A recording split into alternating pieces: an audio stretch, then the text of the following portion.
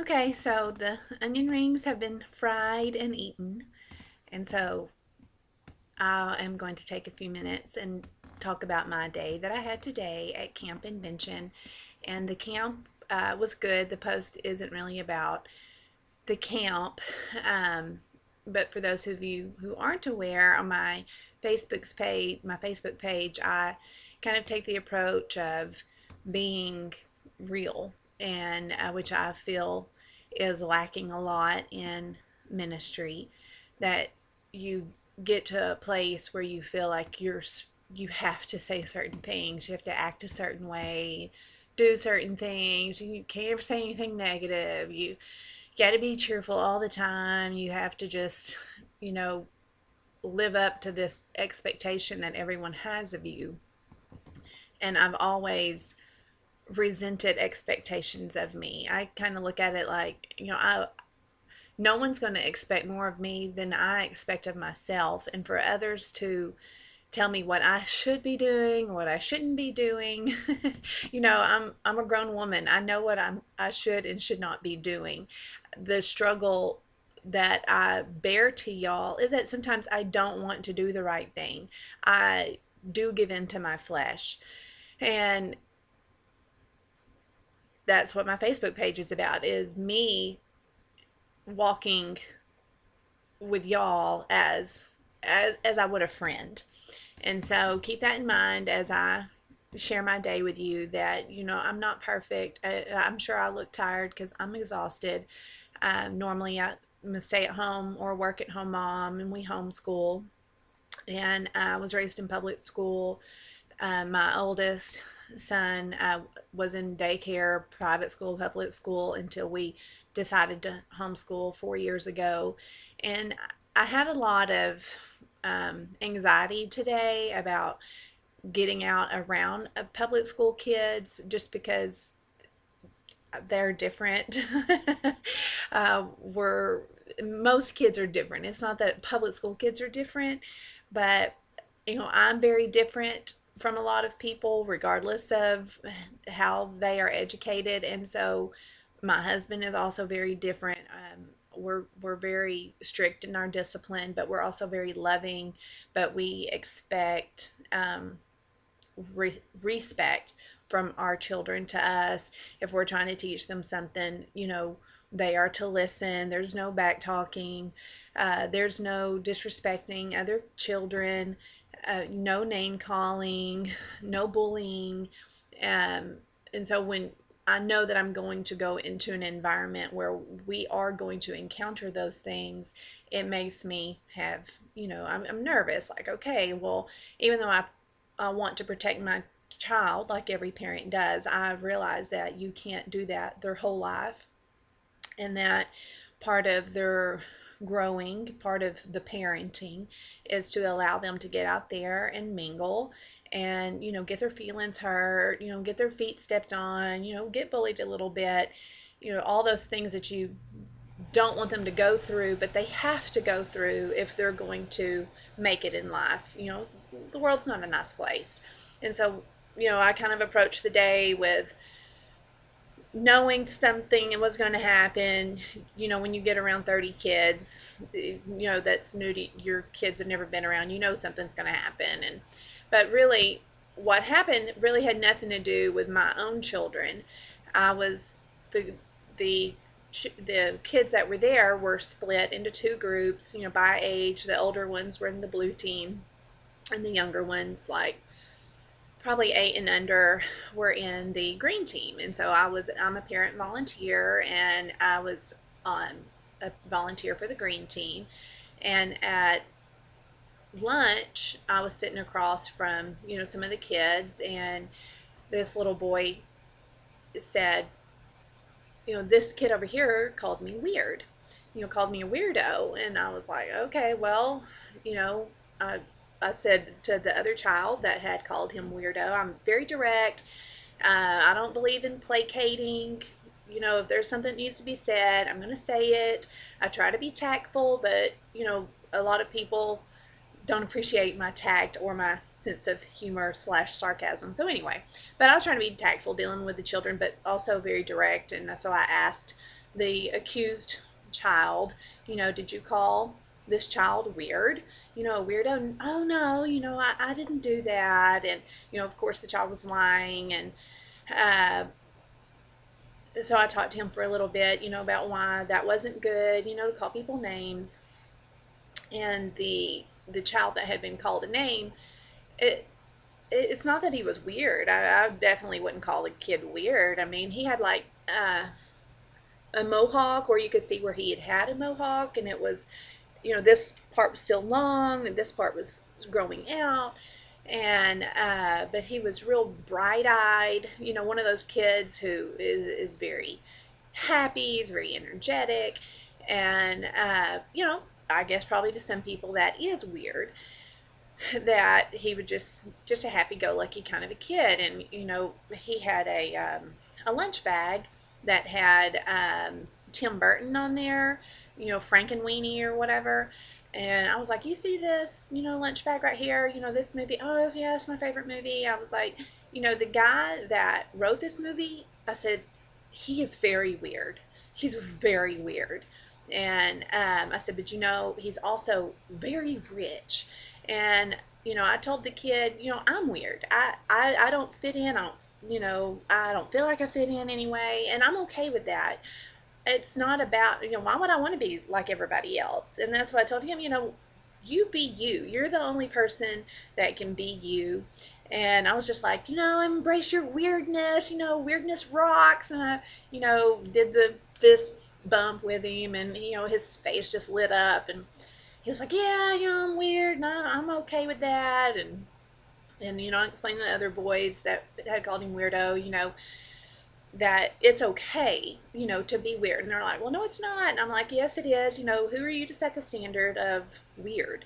And so we had a really good conversation. And uh, lunch was over. It was time to do recess. And during the day, all during the day, there had been this one girl that she was very pushy, just wanted her way. Nobody could do it better than her. She wasn't a good loser. She was a sore loser.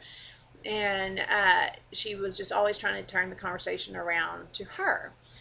And during recess, the kid that had been dubbed weirdo, I watched her. She kept pushing him down, you know, being mean to him. And he's a little guy. I mean, he's only 6. And so I went over there and I was like, what's wrong? Oh, she keeps pushing me. And so I was like, okay, I wasn't happy with that. And I really, I'm just a parent volunteer. It's at a public school. I don't know these kids. So I can't really handle it the way that I would have handled it had it been my own children, involved with their personal friends. Um, so in the next class, I just kind of had this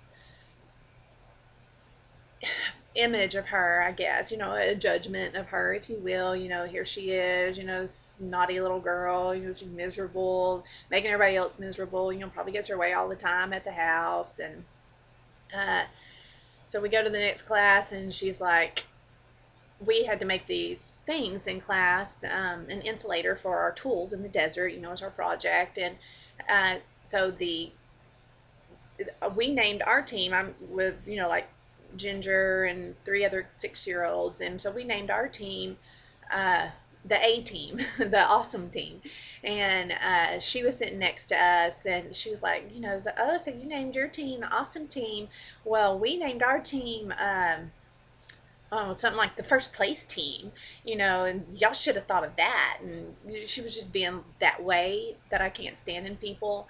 And so anyway, I just go through all of that to kind of, build up to, at this point in the day, I was so sick of her. I was just tired. I was just like, you know what? I just can't stand a bratty kid, a know-it-all kid, like the world's not running on short supply of those. And I thought, I'm just going to go. I'm going to talk to her. I'm going to be direct with her. I'm going to try to see if I can figure out, why she's this way. And so I went up to her, and I mean, I didn't have the right attitude. I'm not saying that I did, and that's why I didn't want to post this. I mean, the minister's wife, she has a horrible attitude, look at her being mean to this little girl, But the fact of the matter is, we all have done it. I'm sure. We're mean to our kids, even though they love us. We're just flesh. That's the whole point. Is we're just flesh, and sometimes it gets the better of us. At 2:30 on the first day of camp, dealing with strange children. Watching other children be put down. You just I was wore down, and so anyway, so I go to this girl and I'm like, do your parents give you everything you want, or do they just ignore you? And I was not being of the right attitude. As I said, I know everybody hating on me, send me hateful comments, whatever. So, but then she said, she was smiling. I mean, she was like, she wasn't smiling like sarcastic. When I went up to her, she was smiling like, oh, aren't you going to tell me how great I am? I don't know, whatever she was thinking. And, I said, hey, are your parents, do they, give you a lot of attention, or do they just ignore you, like that? And she's like, oh, they just ignore me. And just right there, I saw, here she is, she knows she's ignored.